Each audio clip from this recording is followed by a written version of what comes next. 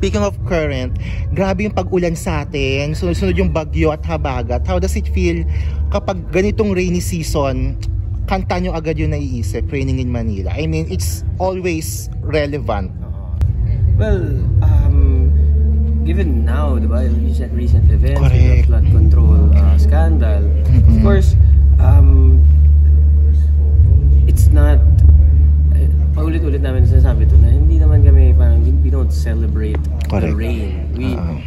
We celebrate it as something part of our culture, but not as something na we should embrace as umuulan na naman, bumabaha naman, this is something we should enjoy. Correct. Hindi ganun, kasi actually recently nga nakita ko ulit yung music video namin na, di ba, syempre naging controversial correct, when it came out, and when I saw it, I was like, that looks just like what's happening now. Diba? Parang it's a reminder na this was supposed to be ridiculous. Correct. This concept was supposed to correct, be ridiculous, and diba, so much money was stolen that they made this, you know, real.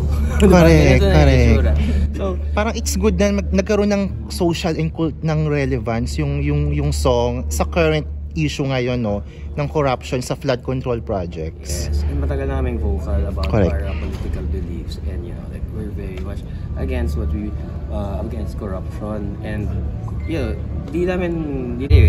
we use our platform to be vocal about these things that we believe in, and so yes, they do use our music sa content pag, you know, pag umuulan ulit sa Manila, but it's not the point. Correct, correct.